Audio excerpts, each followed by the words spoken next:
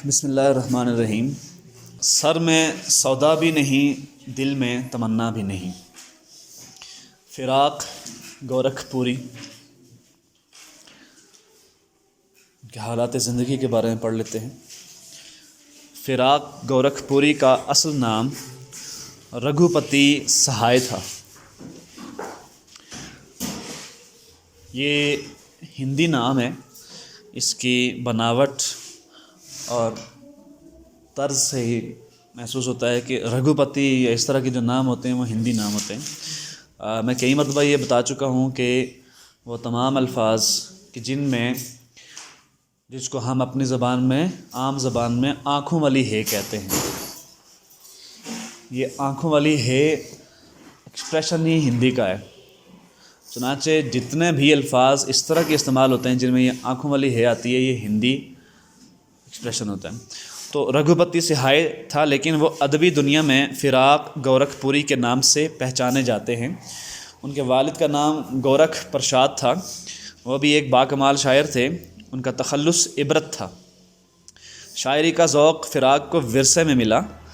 ابتدائی تعلیم ضلع گورکھپور سے حاصل کی۔ تعلیم کے دوران ہی صرف 18 سال کی عمر میں ان کی شادی کشوری دیوی سے ہوگی۔ شادی کے ایک سال بعد یعنی 1915 میں فراق گورکھ پوری نے میور سینٹر کالج الہ آباد سے FA کا امتحان اول پوزیشن میں پاس کیا۔ 3 سال بعد انہوں نے BA کا امتحان الہ آباد یونیورسٹی سے پاس کیا۔ 1 سال بعد ان کی تعیناتی بطور ڈپٹی کلکٹر ہوئی۔ پڑھنے لکھنے کا شوق بہت زیادہ تھا۔ 10 سال بعد 1930 میں انہوں نے پرائیویٹ امیدوار کے طور پر آغا یونیورسٹی سے MA انگریزی کا امتحان دیا اور اول پوزیشن حاصل کی۔ اسی سال وہ الہ آباد یونیورسٹی کے انگریزی شعبے میں لیکچرار تعینات ہو گئے۔ فراق گورکھ پوری نے اردو ادب میں نمایاں خدمات سر انجام دیں۔ تنقید میں رومانوی تنقید کی ابتدا فراق گورکھ پوری سے ہوئی۔ ان کی ادبی خدمات کے صلے میں انہیں بہت سے ایوارڈز سے بھی نوازا گیا۔ تصانیف فراق گورکھ پوری کی تصانیف میں روح کائنات، اندازے اور شعلہ ساز شامل ہیں۔ وفات فراق گورکھ پوری 3 مارچ 1982 عیسوی کو وفات پا گئے۔ ان کے اپنے عقیدے کے مطابق ان کے بھانجے پروفیسر ابھیمان سنگھ نے ان کی چتا کو آگ لگائی۔ تو یہ مسلمان نہیں تھے، ہندو شاعر تھے فراق گورکھ پوری، اور ان کے والد صاحب جو تھے وہ بھی ایک شاعر تھے جو اپنے لیے عبرت کا تخلص استعمال فرمایا کرتے تھے۔ اور 18 سال کی عمر میں ان کی شادی ہو گئی تھی، اور اس کے بعد یہ ڈپٹی کلیکٹرز رہے۔ اس کے بعد انہوں نے MA انگریزی پاس کیا نمایاں پوزیشن کے ساتھ۔ اس کے بعد یہ پروفیسر لیکچرر لگ گئے، اور اس کے بعد آپ کو معلوم ہے کہ ان کی تصانیف میں جو ہے وہ روح کائنات، اندازے اور شعلہ ساز، اس طرح کا جو کسی بھی شاعر کا انٹروڈکشن یا اس کا تعارف ہوتا ہے وہ اپنے ذہن میں بٹھا لیا کیجئے، اس لیے کہ بسا اوقات آبجیکٹیو پیپر میں آپ کو انہی میں سے کچھ چیزیں پوچھ لی جاتی ہیں۔ اشعار کی تشریح کی طرف بڑھتے ہیں۔ پہلا شعر ہے: سر میں سودا بھی نہیں، دل میں تمنا بھی نہیں، لیکن اس ترک محبت کا بھروسہ بھی نہیں۔ سر میں سودا بھی نہیں، وہ دیوانگی بھی نہیں، وہ جنون بھی نہیں، وہ عشق بھی نہیں، دل میں تمنا بھی نہیں۔ ایک شعر ہے نا کہ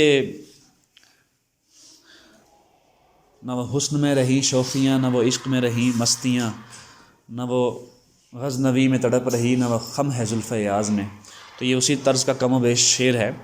سر میں سودا بھی نہیں، دل میں تمنا بھی نہیں، لیکن اس ترک محبت کا بھروسہ بھی نہیں، کہ اب کوئی تمنا مجھے اصل میں رہی نہیں ہے محبوب کی یا اس کی چاہت کی یا اس کی محبت کی، اس لیے کہ سر میں سودا ہی نہیں۔ وہ جنون، وہ محبت، وہ آتش، وہ تشنگی، وہ پیاس، وہ ایک امنگ، آرزو، تمنا، جستجو جو پہل ہوا کرتی تھی، اب وہ بہرحال نہیں رہی۔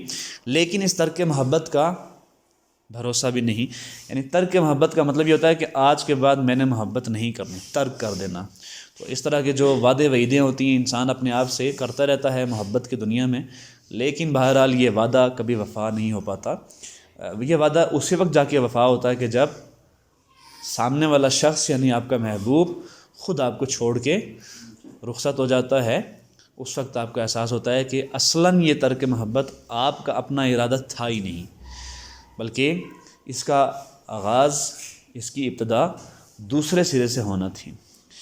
یہ تمام جو کیفیات ہیں، میں نے کل بھی اس کے بارے میں بات کی تھی کہ شعراء حضرات کے ہاں اصلاً یہ کوئی چیز نہیں ہوتی کہ لوگ کیا کہیں گے یا لوگ میری بات سے کیا سمجھیں گے۔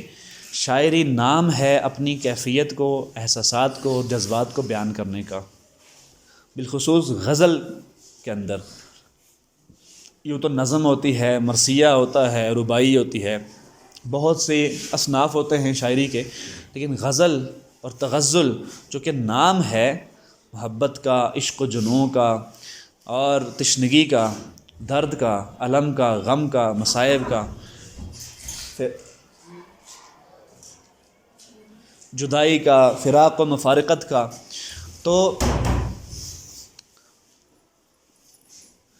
اس میں اصلاً جو موضوعات بیان کیے جاتے ہیں وہ ان کا خالصتاً تعلق آپ کی محبت سے، آپ کے جذبات سے، آپ کے احساسات سے، آپ کے عشق و جنون سے ہوتا ہے۔ تو آپ دیکھیں گے اکثر غزلوں میں یہی کچھ ہوتا ہے۔ تو اس میں مختلف درجے، مختلف منازل، مختلف کیفیات، مختلف مدارج یعنی درجے بیان کیے جاتے ہیں، کس منزل سے گزر رہا ہے شاعر، کیا کیفیت ہے اس کی، کیا احساسات ہیں، کیا جذبات ہیں، کیا اس کے ساتھ وقوع ہو رہے ہیں واقعات۔ تو یہ کم و بیش اسی کا بیان ہوتا ہے جو شعر ہوتا ہے کسی بھی غزل کا۔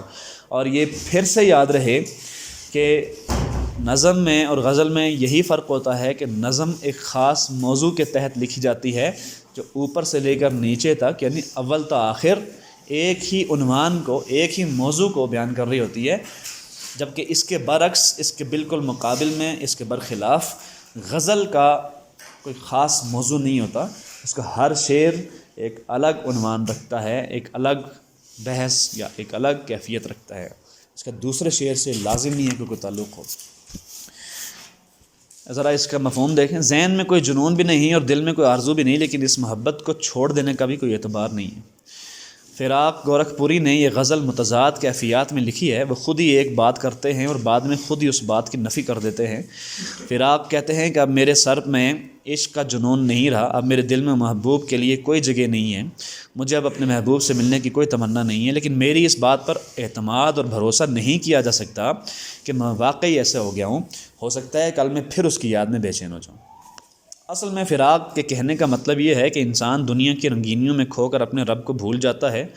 جب اس کی امنگوں پر بہار ہوتی ہے، جب وہ جوان ہوتا ہے تو جوش جوانی میں سب کچھ بھول جاتا ہے، یہاں تک کہ بعض اوقات وہ خدا کو بھی بھول جاتا ہے، مگر ایک نہ ایک دن اسے اس بات کی سمجھ آ جاتی ہے کہ اللہ تعالیٰ ہی سب کچھ ہے، تو وہ دوبارہ اللہ تعالیٰ کی طرف رجوع کر لیتا ہے۔ یہ مجھے معلوم نہیں ہے کہ یہ شعر کی تشریح کرنے والے رائٹرز جو ہیں یہ محبوب سے سیدھا سلسلہ اللہ تعالیٰ کی طرف کیسے لے جاتے ہیں۔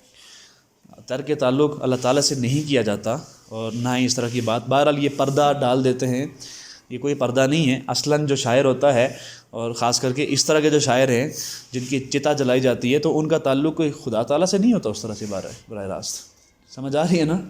تو یہ اصل میں عشق مجازی ہی کو بیان کر رہے ہوتے ہیں۔ تو مجھے تھوڑی سی تکلیف اس لیے ہوتی ہے کہ یہ کوئی ایسی چیز نہیں ہوتی کہ جس کے اوپر آپ ملمہ سازی کریں یا ملمہ کاری کریں یا اس کے اوپر عشق حقیقی کا ایک خول چڑھا دیں۔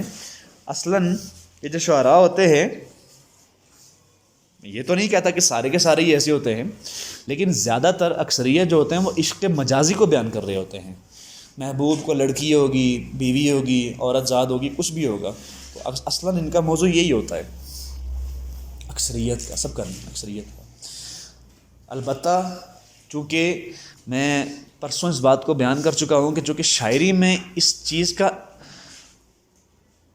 ایک چانس ہوتا ہے، گنجائش ہوتی ہے یا محتمل الوجوہ ہو جاتی ہے شاعری، کہ بسا اوقات چونکہ اس کا سلسلہ کلام، ربط کلام، نمونہ کلام اس طرح سے نہیں ہوتا کہ ایک جملہ دوسرے کے ساتھ جڑا ہوا ہے جیسے کہ نثر میں ہوتا ہے اس کی مورفولوجی اور کانٹیکسٹ کے لحاظ سے،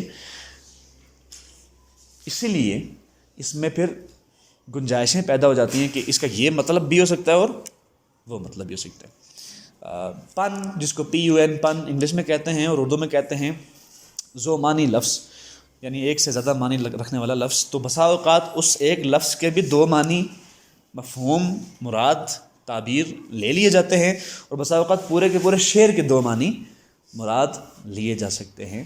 ان معنی کے درجے بڑے بڑے تو یہ ہیں کہ عشق حقیقی اور عشق مجازی، تو اصلاً ان کا جو موضوع ہوتا ہے وہ عشق مجازی ہی ہوتا ہے۔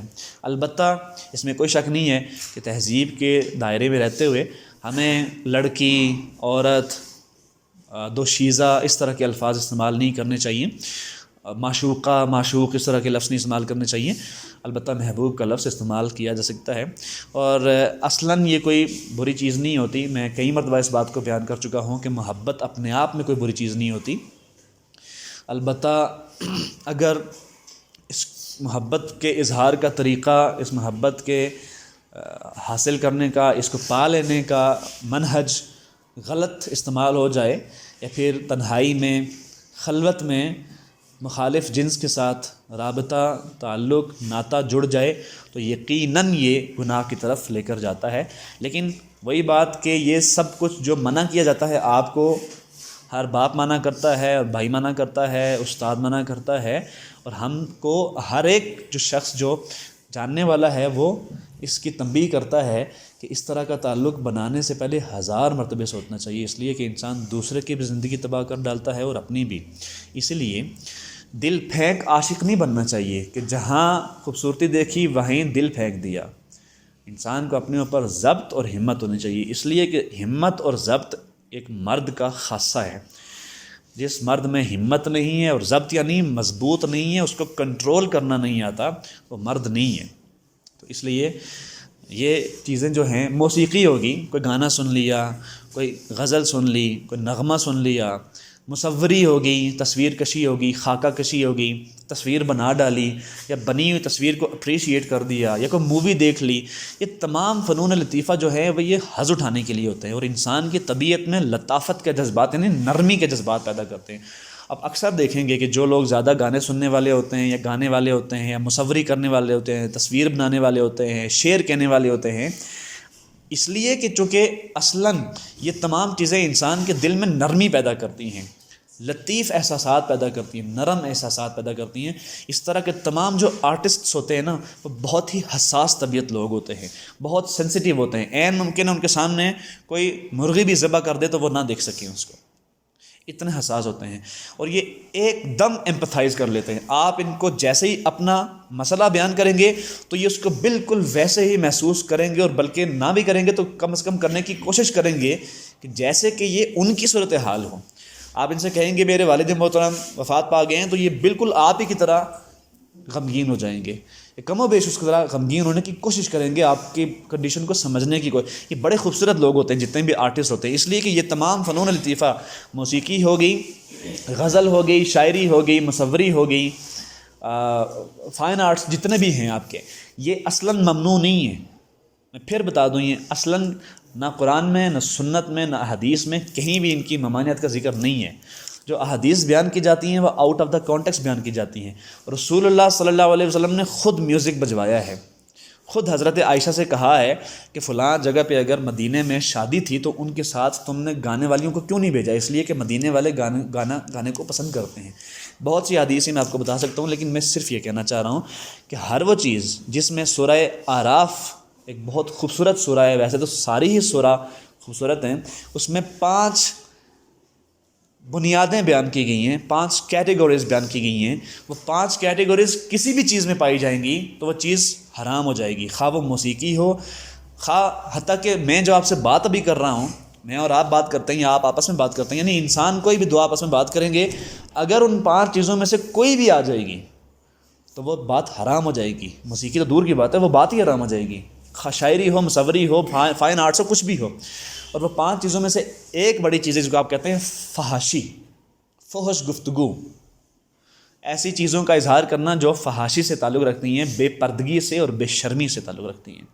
تو اس طرح کی باتیں تو ہم عام گفتگو میں بھی کرنا شروع کر دیں تو یہ حرام گفتگو ہوگی، یہ کیا ہو جائے گی؟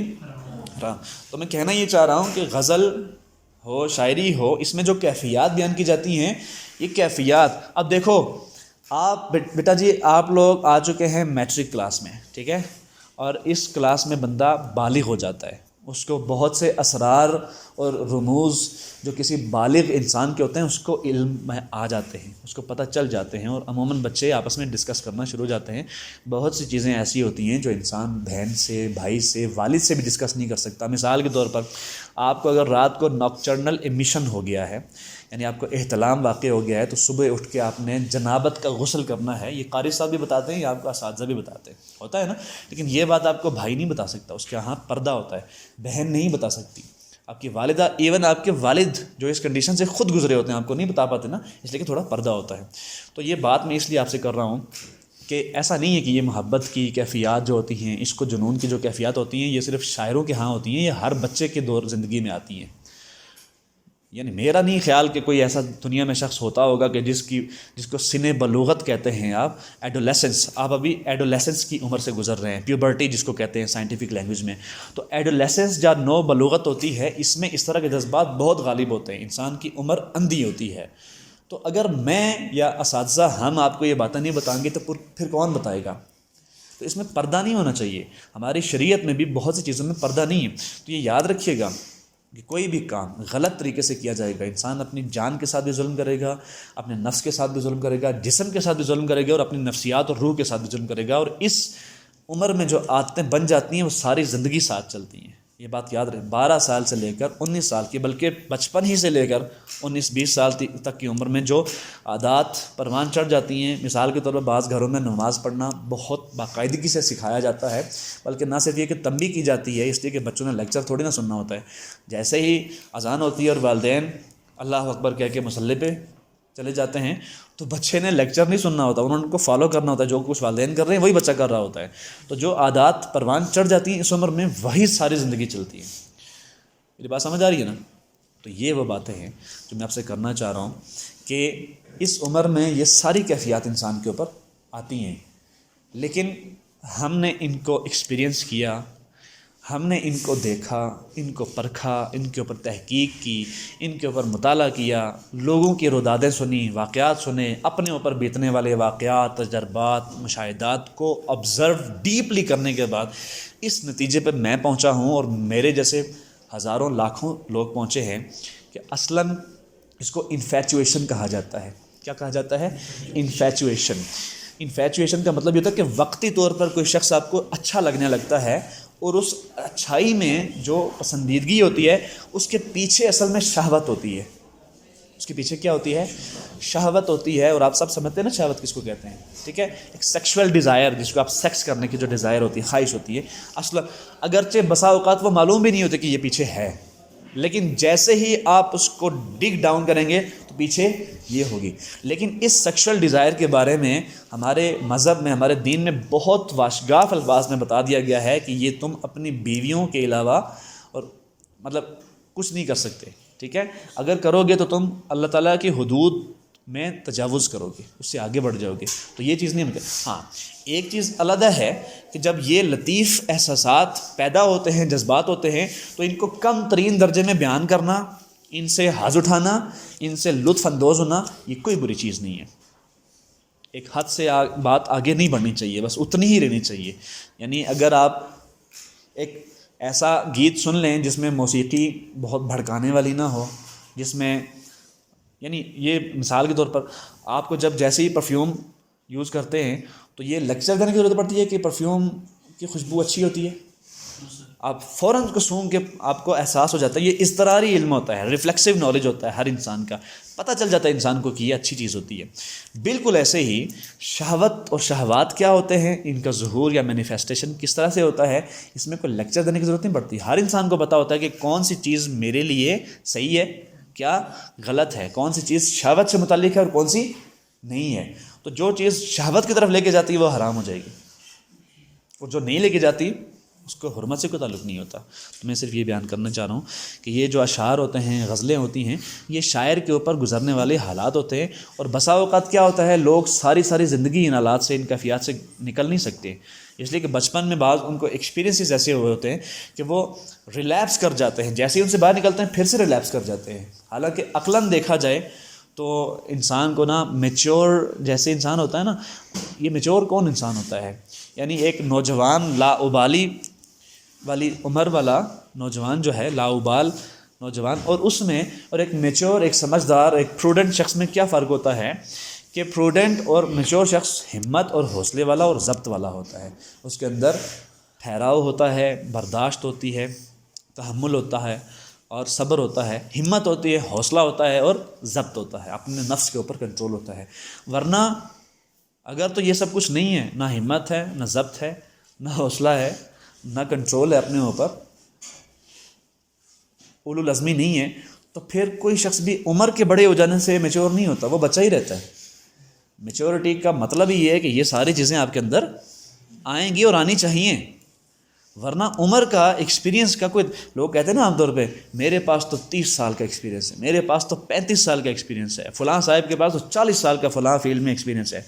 تو اگر تو ایکسپیرینس نالج کے اوپر بیس کرتا ہے، اور اگر وہ شخص 40 سالوں کے دوران اپنے آپ کو ریفریش کرتا رہا ہے، اپنی تربیت کرتا رہا ہے، تو پھر تو بہت اچھی بات ہے۔ لیکن اگر ایک ہی کام وہ 35 سال تک کرتا رہا ہے، تو اس کو یہ نہیں کہنا چاہیے مجھے 40 سال کا 35 سال کا تجربہ ہے، اس کو یہ کہنا چاہیے کہ میری 35 سال کی ایک ہی کام کی پریکٹس ہے، میں ایک ہی کام کرتا رہا ہوں 35 سال میں۔ سمجھ آ رہی ہے نا؟ تو یہ میں کیوں کہہ رہا ہوں آپ سے، یہ میں اس لیے کہہ رہا ہوں کہ انسان، وہ رسول اللہ صلی اللہ علیہ وسلم کی حدیث بھی ہے نا کہ اگر تمہارا آج تمہارے کل سے بہتر نہیں ہے تو تم خسارے میں ہو، اگر تمہارا آج تمہارے کل سے بہتر نہیں ہے تو خسارے میں ہو۔ اس کو کسی بھی طرح سے لے لیں آپ، اصلاً تو اس کو مذہبی حوالے سے لینا چاہیے، اس لیے کہ رسول اللہ صلی اللہ علیہ وسلم کوئی سائنسدان نہیں تھے، کوئی ماہر معاشیات نہیں تھے، ماہر نفسیات نہیں تھے، وہ اللہ تعالیٰ کے پیغمبر تھے، اور پیغمبر بھی کون؟ جو نبی نہیں بلکہ رسول ہے، اور رسول بھی نہیں، آخری رسول ہے، اس کا درجہ تو تمام انسانوں میں سب سے افضل ہونا چاہیے اور ہے۔ تو اس لیے اصلاً تو اس حدیث کا مطلب یہ ہے کہ آپ مذہبی طور پر، عبادات میں، تزکیے میں، اخلاق میں، ہر حوالے سے آپ کا تزکیہ ہو، آپ کا دل شیشے کی طرح صاف ہو، حساس ہو، لوگوں کے درد کو محسوس کر سکنے والا ہو۔ اس لیے کہ اسلام کس چیز کا نام ہے؟ اسلام تزکیہ اور عبادات کا نام ہے، اللہ تعالیٰ کے حوالے سے یعنی اللہ تعالیٰ کی اطاعت ہے، اور بندوں کے حوالے سے ان کی محبت ہے، یہی دو چیزوں کا نام ہے اسلام۔ لیکن معاشیات کے ساتھ اس کو جوڑ سکتے ہیں آپ، معیشت کے ساتھ جوڑ سکتے ہیں، نفسیات کے ساتھ، سوشلی، مورلی، ایتھیکلی، کسی بھی طرح سے آپ سیاسی طور پر، سماجی طور پر، ثقافتی طور پر، تمدنی طور پر، آپ کا آج آپ کے کل سے بہتر ہونا چاہیے۔ آپ جو کل تھے، آپ کو ہرگز آج وہ نہیں ہونا چاہیے۔ آپ کے رویے کے اندر، آپ کی انسانیت کے اندر، آپ کے اخلاق کے اندر انتہا کی خوبصورتی ہونی چاہیے، تب تو جا کے بنتا ہے انسان۔ ورنہ رزق کھانے کے لیے تو اللہ تعالیٰ کی ہر ایک مخلوق رزق کھا رہی ہے، وہ پیڑ پودے جو ہیں وہ بھی ایک رزق خاص قسم کا کھا رہے ہیں، جو جمادات میں آتے ہیں، جمے ہوئے ہیں، پتھر ہیں وہ بھی کھا رہے ہیں، نباتات ہیں جیسے پیڑ پودے ہیں، پھول، کلیاں ہیں، یہ سب کچھ بھی اپنا رزق لے رہے ہیں۔ اب پتھروں کے ہاں کس طرح سے رزق لیا جاتا ہے یہ اس کے بارے میں ہمیں علم نہیں ہے، ٹھیک ہے، لیکن ان کا قائم رہنا، ہر چیز کے قیام کے لیے، اس کے قائم رہنے کے لیے خاص طرح کی انرجی چاہیے ہوتی ہے، ایک استحکام۔ وہ کہاں سے استحکام لیتے ہیں؟ وہ تو اللہ تعالیٰ کا امر ہے، اس کا سبب کیا بن جاتا ہے وی ڈونٹ نو، ہمیں اس کا علم نہیں ہے۔ لیکن انسان صرف ایسی مخلوق نہیں ہے، یعنی اگر انسان کی خوبصورتی کو دیکھا جائے، انسان وہ ہے جو خوبصورت ہوتا ہے، تو یہ تعریف کچھ ٹھیک نہیں ہوگی، اس لیے کہ اللہ تعالیٰ کی کون کون سی مخلوقات کتنی خوبصورت ہیں، ہم اندازہ نہیں کر سکتے۔ یعنی اگر دیکھا جائے تو مور کتنا خوبصورت ہوتا ہے، بہت سے پرندے بہت خوبصورت ہوتے ہیں، بہت سے ایون جانور بہت خوبصورت ہوتے ہیں، ٹھیک ہے نا۔ اگر انسان کا قد کاٹ دیکھا جائے تو زرافے سے بڑا تو نہیں ہوتا، طاقت دیکھی جائے تو گھوڑے اور ہاتھی سے زیادہ تو نہیں ہوتے نا، اگر اس کی سپیڈ دیکھی جائے تو چیتے سے زیادہ تو نہیں ہوتی، ایون جو پرندہ آپ کا سوئفٹ ہوتا ہے پوری دنیا میں سب سے تیز ترین، اس سے زیادہ تو نہیں ہوتی۔ تو کوئی ایسی چیز نہیں انسان کے پاس جو اس کو اشرف المخلوقات، اگرچہ بیان کیا جاتا ہے، یہ کسی صحیح حدیث میں بیان نہیں ہوئی بات، انسان اشرف المخلوقات ہے جیسے کہ بیان کیا جاتا ہے، اور بلا شبہ کئی والوں سے یہ بات ٹھیک ہے کہ اشرف المخلوقات ہے، فرشتوں سے برتر بھی کہا جاتا ہے، اگرچہ اس کی بھی کوئی دلیل نہیں ملتی، فرشتے ایک واقعی میں برتر مخلوق ہیں، لیکن انسان اس لیے برتر ہے کہ اس لیے کہ چونکہ اس کو ارادہ اور اختیار دیا گیا ہے، اس کو آزادی دی گئی ہے کہ صحیح راستے پہ جائے، سیدھے راستے پہ، یا ادھر ادھر ہو جائے، غلط راستوں پہ چلا جائے، لیکن اس میں سے وہ صحیح راستے کا انتخاب کرتا ہے، اور اپنے علم کی بنیاد پر، یہی علم ہے، یہی حکمت ہے، اور یہی تزکیہ ہے جس کی بنیاد پر وہ جا کے اشرف المخلوقات بنتا ہے۔ ورنہ آپ دیکھیں گے، کہنے کو تو یہ بات عجیب سی لگتی ہے کہ ایک بکری کا بچہ جیسے ہی نوجوان ہوتا ہے تو وہ اسی اپنی ماں کے ساتھ ہم بستری کر بیٹھتا ہے۔ آپ نے کئی مرتبہ دیکھا ہوگا یعنی اسی ماں کے ساتھ جس کے بطن سے وہ پیدا ہوا ہے وہ وہی تعلق قائم کر لیتا ہے جو ایک میاں بیوی کا ہوتا ہے. دیکھا آپ نے, حیرت کی بات ہوتی ہے, بالکل بھینس کا بچہ بھی وہی کام کرتا ہے. وہاں پہ اخلاقیات نہیں ہیں. ادھر کیا ہے؟ ادھر ہمارے لیے کچھ محرم رشتے ہیں, کچھ نامحرم رشتے ہیں, کچھ حرمت کے رشتے ہیں, ان کے ساتھ آپ کا نکاح نہیں ہو سکتا کسی صورت میں بھی, اس لیے کہ یہاں پہ اخلاقیات پائی جاتی ہیں. انسان نام ہے, کس کا وجود ہے؟ اخلاقی وجود ہے, عقلی وجود ہے, اور جمال کا وجود ہے. حصے جمال پائی جاتا ہے انسان میں, حصے عقل پائی جاتی ہے, اور حصے اخلاقیات پائی جاتی ہے. یہی تین چیزیں جو انسان کو انسان بناتی ہیں. تو یہ سب کچھ ہونا چاہیے. موسیقی ایک خاص درجے میں جو اس طرف نہ لے کے جا رہی ہو, مصوری ایک خاص درجے میں وہ جو فحاشی اور عریانی اور بے شرمی کی طرف نہ لے کے جا رہی ہو, تو انسان سے گناہ نہ کروائے. تو سد ذریعہ کے طور پر اگر کوئی چیز ایسی پائی جائے گی تو اس سے پھر اباع کیا جائے گا, اس سے گریز کیا جائے گا, اس سے احتراز کیا جائے گا, یعنی اس سے بچا جائے گا. سمجھ آ رہی ہے نا؟ تو یہ باتیں ساری کیوں کرنا پڑی ہیں مجھے کہ عام طور پہ جیسے ہی ہمارے نا ایک منافقت ہے ہمارے معاشرے میں کہ شعر پڑھائے بھی جا رہے ہوتے ہیں, سلیبس میں ڈالے بھی گئے ہوتے ہیں, اوپر سے بچوں سے چھپانے کے لیے اس کے اوپر عشق حقیقی کی ملمہ سازی کر دی جاتی ہے, اس کے اوپر خول چڑھا دیا جاتا ہے کہ اصل میں تو شاید صاحب جو ہیں وہ عشق حقیقی کی بات کریں. بھائی فراق گورکھ پوری ہیں ہی ہندو, تو وہ تصوف کہاں سے لائے آپ اس کی تشریح کرنے میں؟ یہ بات ہے. میں آپ سے کہنا یہ چاہ رہا ہوں کہ ان میں سے اس کے اوپر خول چڑھانے کی چنداں ضرورت نہیں ہے, ملمہ کاری کرنے کی ضرورت نہیں ہے. بچوں کو بتائیں کہ یہ احساسات آپ کے ہاں بھی آئیں گے, ہماری ایج میں بھی آئے تھے, این ممکن ہے اب بھی ہوں, لیکن اب ہم وہ کہتے ہیں نا کہ ٹریننگ حاصل کر چکے ہیں, تربیت حاصل کر چکے ہیں کہ یہ جذبات, یہ احساسات, یہ شہوات, یہ اضطراری کیفیات جو ہوتی ہیں یہ بہرحال ایگزسٹ کرتی ہیں. اللہ تعالیٰ نے ہمارے اندر ان کو رکھا ہے. اور ایک حدیث آپ کو سناؤں کہ ایک رسول اللہ نے فرمایا کہ جب ایک خاوند اپنی بیوی کے ساتھ جماع کرتا ہے, یعنی سیکس کرتا ہے, تو اس کو ایک صدقے کا ثواب ملتا ہے, ایک صدقے کا ثواب.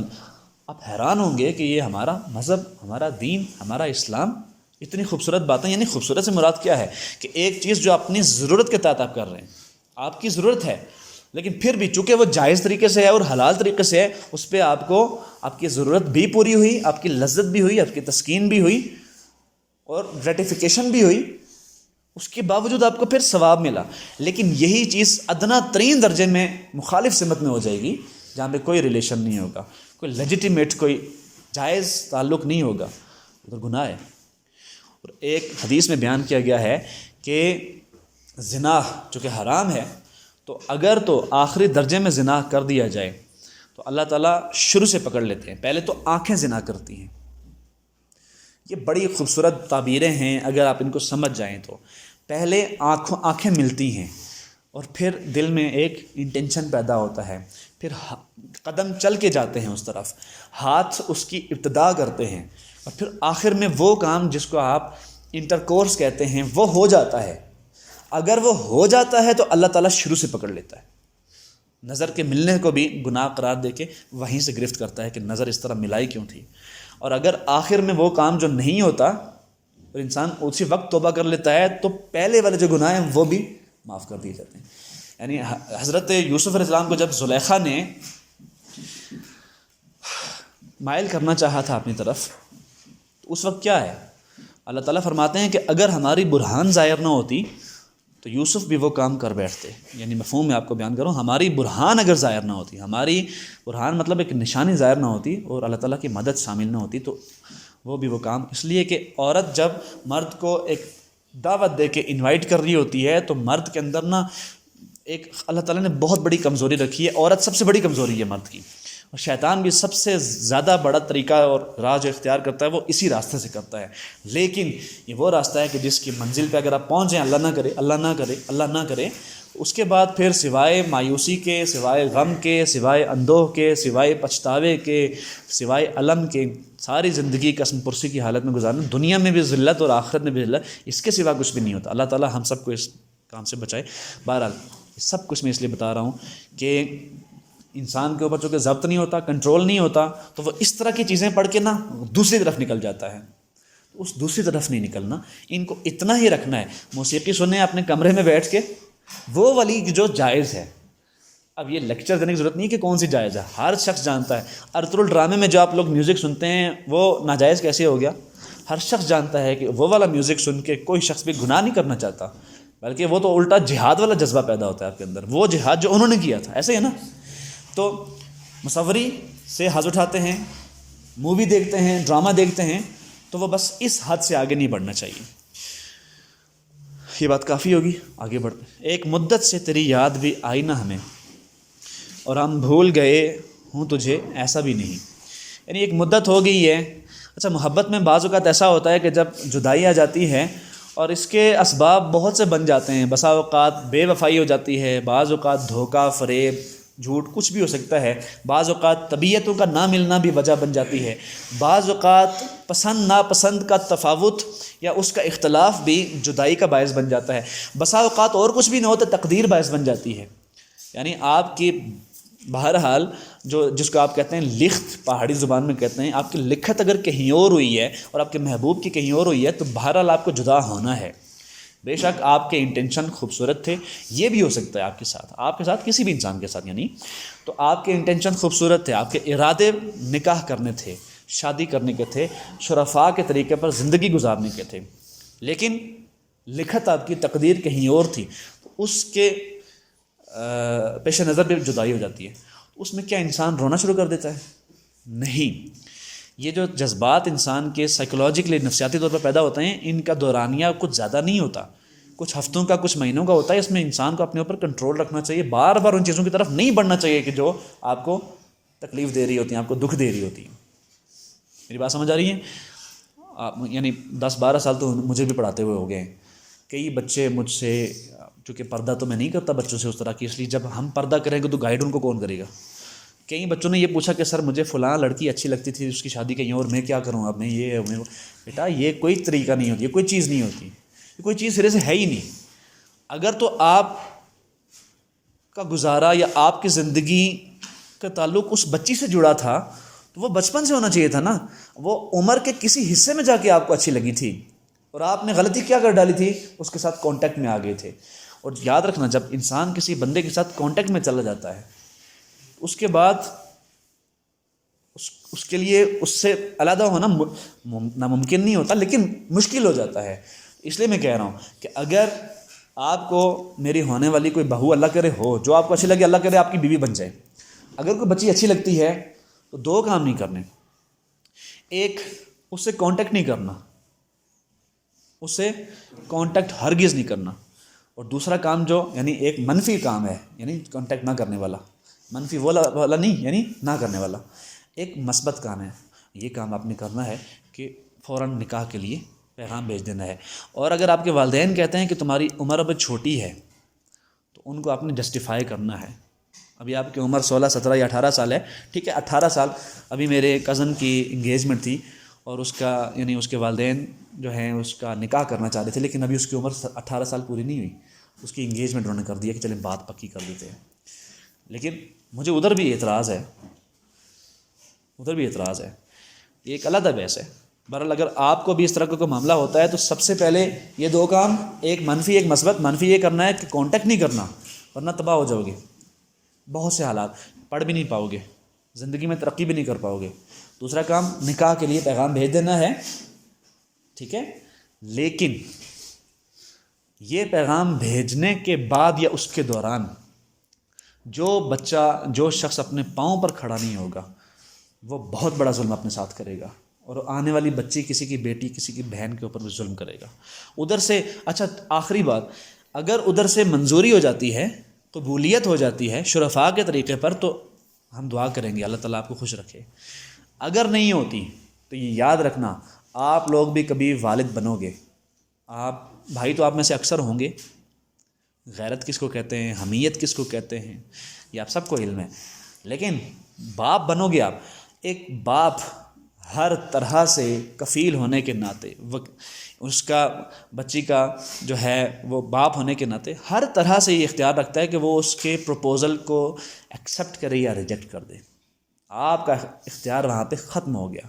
بس جیسے گئے تھے شرفاء کے طریقے پر, پھر بھی 2-3 مرتبہ بھیجیں گھر والوں کو, اگر مان جائے، نہیں مانتے تو بس جیسے ہوتا ہے نا اسلام میں بھی کہ 3 مرتبہ دروازہ کھٹکھٹائیں، کھل جائے تو ٹھیک ہے، دستک دے کے 4تھی مرتبہ جسارت بھی نہ کریں کہ دروازہ کھٹکھٹانا آپ نے، بس اسی طرح انہی قدموں لوٹ آئیں شرفاء کے طریقے پر، بس اس کے بعد نہیں ہے۔ اب چونکہ آپ نے طریقہ بہت خوبصورت اختیار کیا ہے، اب اللہ تعالیٰ کبھی بھی آپ کو تنہا نہیں چھوڑے گا انشاءاللہ، آپ کی جہاں بھی تقدیر ہوگی خوبصورت ترین تقدیر ہوگی۔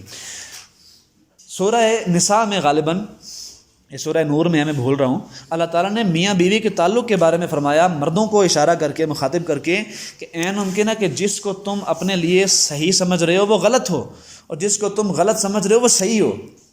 اس لیے کہ انجام کے لحاظ سے انسان کو کسی چیز کا علم نہیں ہوتا کہ خوبصورت چیز جو اس کو باطن نظر میں خوبصورت آ رہی نظر، یعنی ظاہری طور پر، اس کا انجام عین ممکن ہے بڑا ہیبت ناک ہو، بڑا وحشت ناک ہو، اور عین ممکن ہے کہ جو چیز اس کو نہیں معلوم پڑ رہی کہ خوبصورت ہے، اس میں جمال پایا جاتا ہے، عین ممکن ہے کہ اس کا انجام اس کی عاقبت کے لحاظ سے، آخرت کے لحاظ سے، اخلاقی حوالے سے اور نیکی اور اخلاق کے لحاظ سے انتہائی خوبصورت ہو۔ تو یہ بات ہے، تو مومن ہمیشہ اللہ تعالیٰ کے فیصلوں پر خوش رہتا ہے، اور جس کو کہتے ہیں گاڈلینس، گاڈ کانشیسنس، ہر وقت ہمہ وقت اللہ تعالیٰ آپ کے دل کے اعماق میں اللہ تعالیٰ کی یاد ہو۔ اسی کو ذکر اس کو نہیں کہتے تسبیح پھڑیاں دل نہیں پھردا۔ تسبیح جو ہوتی ہے وہ پکڑ کے اور اللہ اللہ کر کے، اصلاً تو یہ ظاہری چیز ہے، یہ بھی ہونا چاہیے، لیکن دل میں اللہ تعالیٰ کی یاد ہونا، اسی کو ذکر کہتے ہیں۔ ذکر جو لفظ ہے نا عربی کا، اس کا مطلب پتہ کیا ہوتا ہے؟ یاد۔ ذکر کا مطلب کیا ہے؟ یاد۔ تو اللہ تعالیٰ ہر وقت آپ کے دل میں ہونا چاہیے، اس کو دل میں رکھ کے نا آپ یہ سب کچھ کریں گے، شاعری بھی پڑھیں گے، سیکھیں گے، سنیں گے، میوزک بھی سن لیں گے آپ، چونکہ میوزک اپنے آپ میں حرام نہیں ہوتا، اور مصوری بھی دیکھ لیں گے آپ، تصویریں بھی۔ حقیقت یہ ہے کہ وہ منع کی گئی حدیث میں کہ جو شرک کے لیے استعمال کی جاتی تھی، یعنی وہ لوگ کیا کرتے تھے، عرب کے لوگ، انہوں نے اپنے ہاں گھروں میں اور اپنے ہاں معبد خانوں میں فرشتوں کی تصویریں اور جو مقدس شخصیات ہوتی ہیں نا، انبیاء کی، فرشتوں کی تصویریں بنا کے رکھی ہوئی تھیں، اور ان کی پوجا ایک درجے میں کرتے تھے۔ اس لیے کہا گیا، اب جو ہے نا الف لام، احد کا الف لام ہوتا ہے، جیسے کہا گیا نا کہ یا ایھا الذین آمنوا لا تتخذوا الیہود والنصارى، اب اے ایمان والو، یہودیوں کو اور نصرانیوں کو اپنے دوست نہ بناؤ۔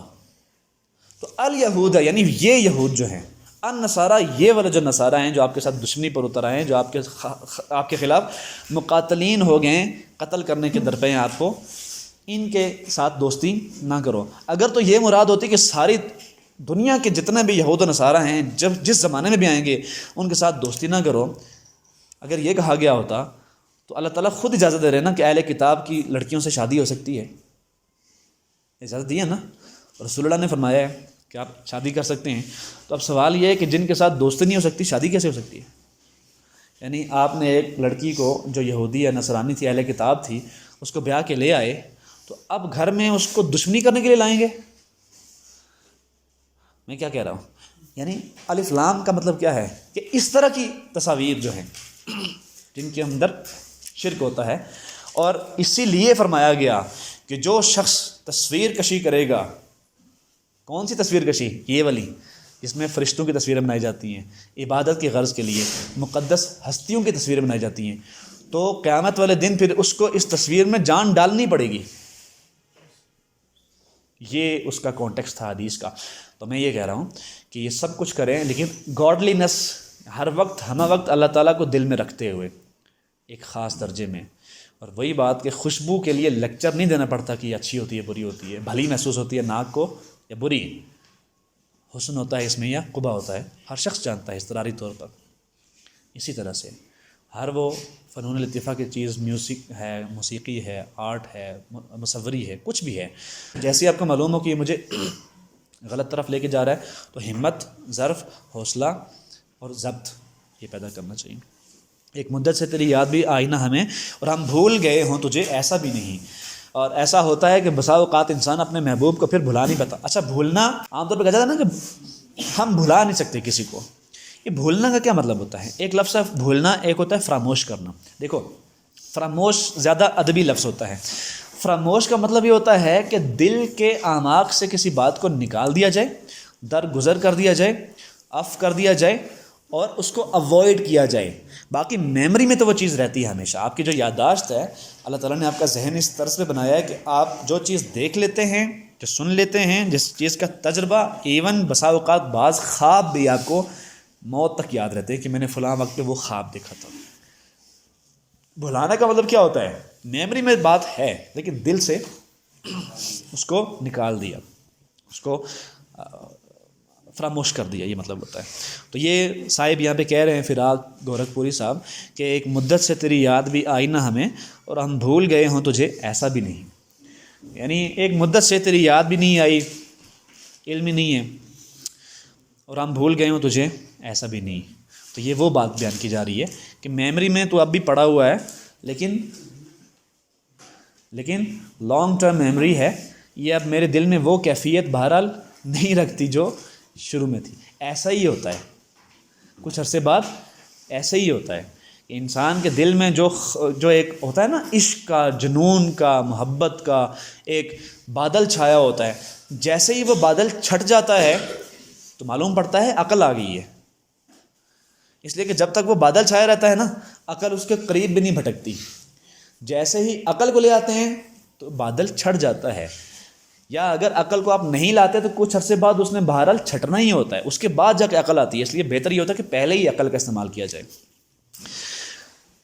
یوں تو ہنگامے اٹھاتے نہیں دیوانہ عشق، مگر اے دوست ایسوں کا کچھ ٹھکانہ بھی نہیں. کیا خوبصورت انہوں نے الفاظ کا استعمال کیا. اسی لیے شاعری جو ہوتی ہے نا یہ خوبصورت پیرہن، یعنی کیفیات کا خوبصورت لباس، جامہ اور پیرہن جو ہوتا ہے وہ شاعری ہوتی ہے. عشق میں دیوانے ہوتے ہیں. عشق اپنے آپ میں ایک خلل کا نام ہے، یعنی عشق اس چیز کا نام ہے کہ آپ کے دماغ کے اوپر ایک ایسا بادل چھا چکا ہے جو دیوانے باولے پن کا ہے. اس کے بعد عقل معوف ہو کے رہ گئی ہے، اب آپ کچھ بھی کرنے کے لیے تیار ہیں. تو اس طرح کے جو دیوانے ہوتے ہیں یہ تو ہنگامے اٹھاتے نہیں، یہ ہنگامہ تو کرتے نہیں ہیں، مگر اے دوست ایسوں کا کچھ ٹھکانہ بھی نہیں. یعنی ان کا کچھ ٹھکانہ بھی نہیں ہوتا. یہ ایک کہ منزل کی طرف. اب ٹھکانے اور منزل میں کیا فرق ہوتا ہے؟ ٹھکانہ وہ ہوتا ہے کہ جس میں آپ وقتی عارضی قیام کرتے ہیں، منزل آپ کی ابدی ہوتی ہے، ازلی ہوتی ہے، دائمی ہوتی ہے. ہم مسلمانوں کی بینگ مسلمز منزل کیا ہے؟ آخرت ہے. یہ دنیا ہمارا ٹھکانہ ہے، عارضی وقتی طور پر رہنے کی جگہ ہے. رسول اللہ صلی اللہ علیہ وسلم نے فرمایا کہ میں زندگی ایسے گزارتا ہوں کہ جیسے ایک مسافر ہوتا ہے. آپ نے پڑھے ہوں گے، آپ صلی اللہ علیہ وسلم کے واقعات سنے ہوں گے، علماء حضرات بیان کرتے ہیں. تو میں ایسے زندگی بسر کرتا ہوں کہ جیسے ایک مسافر ہوتا ہے. تو جیسے یہ ہماری دنیا ایک ٹھکانہ ہے عارضی طور پہ رہنے کا، منزل ہماری عاقبت ہے. اس لیے کہ ہماری اصل شخصیت جو اللہ تعالیٰ نے پیدا کر دی ہے اس کو موت نہیں آتی. موت ہمارے اس جسم کو آتی ہے جو ظاہری ہے. ہمارا نفس جو ہوتا ہے، آپ اس کو نفس کہیں، آپ اس کو اصل شخصیت کہیں، اصل ذات کہیں، اس کو موت نہیں آتی. اصل میں تو اس نے انتقال کرنا ہوتا ہے، دنیا سے منتقل ہونا ہوتا ہے عالم برزخ میں، اور عالم برزخ سے پھر اس عالم محشر میں جہاں پہ انسان کی پھر فیٹ یا اس کی ڈیسٹنی یا اس کی اس کی کانسیکوینس کا نتیجہ آنا ہوتا ہے، ڈیسیجن ہونا ہوتا ہے، فیصلہ ہونا ہوتا ہے. اس کے بعد پھر جنت یا جہنم، اللہ کرے سب کو جنت ملے. یوں تو ہنگامے اٹھاتے نہیں دیوانہ عشق، مگر اے دوست ایسوں کا کچھ ٹھکانہ بھی نہیں. ویسا تو عشق کے دیوانے لوگ جھگڑا نہیں کرتے، مگر ایسے لوگوں کا کچھ بھروسہ بھی نہیں ہے. یہ کسی بھی وقت کچھ بھی کر سکتے ہیں. اور میں آپ کو اگلی بات بتاؤں، ہمارے اس معاشرے میں، بالخصوص آج کے اس معاشرے میں، ہمارے جو بڑے تھے نا ان کے ہاں بھی بڑے مسائل پائے جاتے تھے، لیکن وہ مسائل وہ نہیں تو بہرحال جو آج ہیں. آج میرے حساب سے 70 سے 80% لوگ نفسیاتی بیماریوں کے شکار ہیں. ایک تو ہے نا جسمانی میڈیکل بیماریاں ہیں، بھائی کسی کو سر میں درد ہو گیا ہے، کسی کو بخار ہے، کسی کو کوئی چوٹ لگی ہے، کسی کو کوئی جوڑوں کا درد ہے، کسی کو سیاٹیکا ہے، کسی کو آرتھرائٹس ہے، کچھ بھی ہے. بہرحال یہ جسمانی میڈیکل بیماریاں ہیں. لیکن 70 سے 80% لوگ ہمارے معاشرے میں نفسیاتی بیمار ہیں. ان کو یا تو ڈپریشن کا عرضہ ہے، یا انگزائٹی کا ہے، یا کوئی مینٹل ڈس آرڈر ہے. کوئی 8-10 مینٹل ڈس آرڈرز ہوتے ہیں، اور یہ بڑے ہی خطرناک ڈس آرڈرز ہوتے ہیں. تقریباً کم و بیش ہر انسان کو کچھ نہ کچھ ہے. یہ کیوں ہے؟ اس لیے کہ میٹیریلزم اور مادیت جب کسی معاشرے میں در آتی ہے تو اپنے ساتھ بہت سے ایسی علائشیں بھی لاتی ہے ساتھ میں. دیکھا دیکھی، فلاں نے کسی تقریب میں اتنے پیسے خرچ کیے میں نے نہیں کیے، فلاں نے ایسا لباس پہنا ہوا ہے میں نے نہیں پہنا ہوا، فلاں کے بچے کے پاس یہ ہے میرے بچے کے پاس نہیں ہے، فلاں کے اتنے نمبر آ گئے ہیں میرے اتنے نمبر نہیں آئے میرے بچے کے. تو یہ جب جیسے ہی ہم دوسروں کے ساتھ کمپیئر کرنا شروع کرتے ہیں تو نفسیاتی بیماریاں جنم لیتی ہیں. اور اس میں کلیہ آپ کو میں ایک گولڈن بتاتا ہوں، ہمیشہ اس کو پلے باندھ لیں، اس سے گولڈن فارمولا کوئی نہیں ہو سکتا. اور وہ یہ ہے کہ اگر دین میں ترقی کرنی ہو تو ہمیشہ اپنے سے اوپر والے لوگوں کو دیکھو جن کے پاس دین کا حقیقی علم ہے، جنہوں نے اپنا تزکیہ کر لیا ہے، جو خدا کے نیک اور صالح بندے ہیں. اور اگر دنیا میں ترقی کرنی ہو تو ہمیشہ اپنے سے چھوٹے کو دیکھو، آپ کو انشاءاللہ سکون ملے گا. اپنے سے چھوٹے کو، اگر آپ کو 3 وقت کا کھانا ملتا ہے تو اس کو دیکھو جس کو 2 وقت کا مل رہا ہے، 2 وقت کا ملتا ہے تو اس کو دیکھو جس کو 1 وقت کا مل رہا ہے. اگر آپ کے پاس ایک گھر ہے جس کے اوپر چھت ہے اور صرف چھت ہی اور کچھ بھی نہیں ہے، اب اس کو دیکھو جس کے پاس گھر بھی نہیں ہے. تو دنیا میں دیکھنا ہو تو ہمیشہ اپنے سے چھوٹے والے کو دیکھو، اللہ تعالیٰ آپ کو ہمیشہ خوش رکھے گا، نفسیاتی بیماریاں نہیں لگیں گی. اور اگر دین میں دیکھنا ہو تو ہمیشہ اپنے سے اوپر والے کو دیکھو تاکہ آپ اوپر بڑھو، اس لیے کہ اس میں پیسہ نہیں چاہیے، سرمایہ نہیں چاہیے، اس میں صرف دل کا تزکیہ اور عبادات اور محنت چاہیے. آج غفلت بھی ہے ان آنکھوں میں پہلے سے سوا، آج ہی خاطر بیمار شکیبہ بھی نہیں. آج ان آنکھوں میں پہلے سے زیادہ لاپرواہی ہے اور آج ہی بیمار دل کو صبر نہیں ہے. آج غفلت بھی ہے ان آنکھوں میں پہلے سے سوا، آج ہی خاطر بیمار شکیبہ بھی نہیں. تو یہ خاطر بیمار شکیبہ، خاطر بیمار یعنی بیمار دل، پریشان دل، شکیبہ بردبار تحمل مزاج. رنگ وہ فصل خزاں میں ہے کہ جس سے بڑھ کر شان رنگینی حسن چمن آرا بھی نہیں. فصل خزاں کہتے ہیں پت جھڑ کا موسم، فصل خزاں کی فصل، شان عزت، حسن کہتے ہیں خوبصورتی کو، چمن آرا باغ کو سنوارنے والا یعنی باغباں مالی یا گارڈنر آپ جس کو کہتے ہیں. رنگ وہ فصل خزاں میں ہے کہ جس سے بڑھ کر شان رنگینی حسن چمن آرا بھی نہیں. پت جھڑ کے موسم میں بھی وہ رنگ اور روپ ہے کہ باغ میں مالی نے بھی ایسی سجاوٹ نہ کی ہوگی. شان رنگینی حسن چمن آرا بھی نہیں. کہ اب یہ جو یعنی مطلب کیا ہے کہ اب یہ جو پت جھڑ کا، خزاں کا، آٹم یا فال کا جو سیزن ہے، یہ بڑا اداس سا موسم ہوتا ہے. وہ کہہ رہا ہے کہ اب اس کی جو خوبصورتی مجھے حاصل ہو گئی ہے وہ تو کسی مالی کے بس میں بھی نہیں ہے کہ وہ کسی چمن میں بھی لا سکے. مطلب یہ بات کرنے کا بات یہ ہے کہ سکون دل وحشی کا مقام کنج زنداں بھی نہیں وسط صحرا بھی نہیں. وحشی آپ کو علم ہے کہ بد تہذیب کو کہتے ہیں، غیر مہذب کو کہتے ہیں. مقام مرتبہ رتبہ، کنج کونا نکڑ، زنداں قید خانہ پرزن، وسط پھیلاؤ کشادگی. بات یہ ہے کہ سکون دل وحشی کا مقام کنج زنداں بھی نہیں وسط صحرا بھی نہیں. یعنی یہ جو سکون دل وحشی ہے، یہ بگڑا ہوا جو دل ہے، یہاں پہ خیر مطلب اس کا بد تہذیب نہیں ہوگا، بگڑا ہوا، جس کو ہم اپنی پہاڑی زبان میں ہوش کہتے ہیں، اس کو وحشی کہتے ہیں. تو بات یہ ہے کہ سکون دل وحشی کا مقام کنج زنداں بھی نہیں، یعنی ایسا نہیں ہے کہ یہ میرا دل ہے یہ کسی قفس میں، کسی پنجرے میں، کسی قید خانے میں جا کے ایک کونے میں ہو کر رہ گیا ہے، بیٹھ گیا ہے، ایسا بھی نہیں ہے. اور ایسا بھی نہیں ہے کہ یہ وسعت صحرا بھی نہیں، یعنی ایسا بھی نہیں ہے کہ اس کی جو وسعت ہے وہ صحرا سے بڑی نہیں ہے.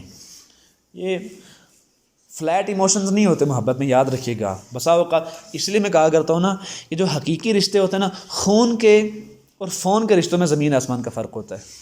یہ میں نے ایک بار لکھا بھی تھا، خون کے اور فون کے رشتوں میں زمین آسمان کا فرق. فون کے رشتے جو ہوتے ہیں وہ اس میں جذبات کبھی زمین پر ہوتے ہیں، بلکہ کبھی کبھی زمین سے بھی نیچے ہوتے ہیں، کبھی زمین پر، کبھی ہوا میں، کبھی فضا میں، کبھی خلا میں، کبھی ساتوں آسمانوں پر ہوتے ہیں. تو یہ فلکچویشنز اپنے ups and downs, elevation, depression, مد و جزر آتا رہتا ہے، اس میں نشیب و فراز اس میں آتے رہتے ہیں. لیکن جو خون کے رشتے ہوتے ہیں، اور خون سے مراد صرف خون کے رشتے نہیں ہیں، حقیقی رشتے، مقدس رشتے، بھلے وہ خون کے ہوں یا صرف حقیقی بنیادوں پہ ہوں. اصل میں میثاقاً غلیظہ ہے ایک عورت اور مرد کا جو میاں بیوی کا تعلق ہوتا ہے، اس کو قرآن مجید میں ہیوی کووننٹ کا نام دیا گیا ہے. ہیوی کووننٹ، میثاقاً غلیظہ، ہیوی اگریمنٹ ہے یہ. یہی لفظ اللہ تعالیٰ نے اپنے اور اپنے رسولوں کے درمیان اسی طرح کی تعبیر استعمال کی ہے کہ اللہ کے اور اس کے رسولوں کے درمیان میثاقاً غلیظہ ہوتا ہے، ہیوی کووننٹ ہوتا ہے، ہیوی ایگریمنٹ ہوتا ہے. تو یہ بھی اصل میں خون کا رشتہ تو نہیں ہوتا، بہرحال اس سے خون کے رشتے وجود میں آتے ہیں، یہ بڑا خوبصورت رشتہ ہوتا ہے. لیکن وہ جو فون کا رشتہ ہے، یعنی خون اور فون کے رشتوں میں فرق ہوتا ہے. تو یہ بات یہاں پہ کی جا رہی ہے کہ بات یہ ہے کہ سکون دل وحشی کا مقام کنج زنداں بھی نہیں، وسعت صحرا بھی نہیں. کبھی یہ کنج زنداں میں ہوتا ہے اور کبھی وسعت صحرا سے بھی آگے تلک ہوتا ہے. وہ یعنی کبھی زمین سے بھی نیچے اور کبھی ساتوں افلاک کی بلندیوں پہ. آخری اس کا شعر ہے، ہم اسے منہ سے برا تو نہیں کہتے کہ فراق، دوست تیرا ہے مگر آدمی اچھا بھی نہیں. ہم اسے منہ سے برا تو نہیں کہتے کہ فراق تخلص ہے، یعنی انہوں نے اپنے آپ کو مخاطب کر کے کہا ہے. اصل میں دیکھیے کیا دیوانگی کی انتہا ہوتی ہے جب غزل میں یا شعر میں یا نظم میں شاعر بیچارہ ہوتا ہے نا، اصل میں شاعر دیوانہ ہوتا ہے. شاعر کے لیے اگر ایک لفظ استعمال کرنا پڑے آپ کو مثبت انداز سے، منفی انداز سے نہیں، آپ کہہ سکتے ہیں بیچارہ ہوتا ہے. کیوں بیچارہ ہوتا ہے؟ اس کے پاس چارہ ہی کوئی نہیں ہوتا. بیچارہ اس کو کہتے ہیں اس کے پاس چارہ نہیں ہوتا، تو وہ اپنے آپ کو ہی مخاطب کرتا رہتا ہے. ہم اسے منہ سے برا تو نہیں کہتے کہ فراق، دوست تیرا ہے مگر آدمی اچھا بھی نہیں. یہ دوست تیرا ہے یعنی اپنے آپ کو کہہ رہا ہے کہ تیرا ہی دوست ہے، تیرا ہی محبوب ہے، لیکن ایسا بھی نہیں ہے کہ کوئی بہت اچھا آدمی ہے. یہ تو ہمارے دل کا عارضہ ہے، دل کی بیماری ہے کہ وہ ہمیں اچھا لگنا شروع ہو گیا ہے، ہمیں اس سے محبت ہو گئی ہے. بہرحال ایسا بھی نہیں ہے کہ وہ ہے نا آج کل ایک بڑا مشہور، خوبصورت بہت ہے تو لیکن دل لگانے کے قابل نہیں ہے. بعض لوگ ایسے ہوتے ہیں کہ ظاہری طور پر بڑے حسن جمال رکھتے ہیں، لیکن اندر کیا ہوتا ہے؟ دھوکہ، فریب، جھوٹ، مکاری، عیاری، سب کچھ ہی معلوم ہوتا ہے کہ اکٹھا ہو گیا ادھر ہی آ کے.